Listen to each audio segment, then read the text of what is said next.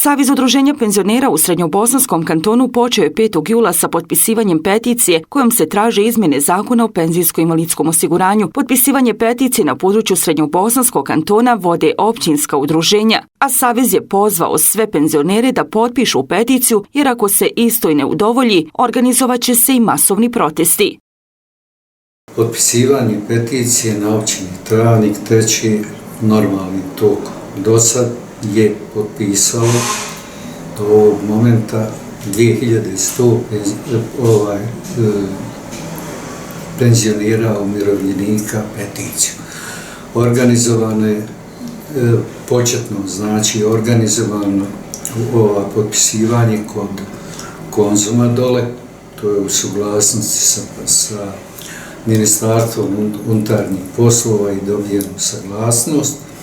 Dole smo to početak organizovali. Trenutno se vodi aktivnost u 8 podružnica općinskog udruženja koje se nalazi na terenu.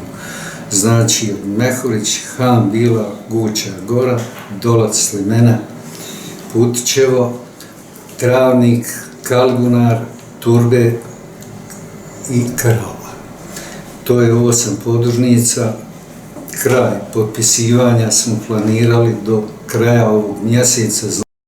Penzioneri su nezadovoljni odnosom vlasti prema načinu na koji se usklađuju, odnosno povećavaju penzije. Podnijeli su vladi Federacije zahtjev za pokretanje aktivnosti za izmjenu zakona o penzijsko-invalidskom osiguranju kojim bi se omogućilo usklađivanje, odnosno povećanje penzija prema rastu prosječne plaće u Federaciji kao i omogućavanje vanrednog povećanja. Zahtjevom je traženo i da se penzionerima isplati jednokratna novčana pomoć za prevazilaženje enormnih troškova za nabavku osnovnih životnih namirnica. Obzirom da vlada Federacije nije udovoljila zahtjevima penzionera, Savez udruženja penzionera Federacije pokrenuo je aktivnosti na potpisivanju peticije kojim se traže izmjene zakona o penzijsko-invalidskom osiguranju, a peticija će biti predana vladi Federacije i oba doma parlamenta.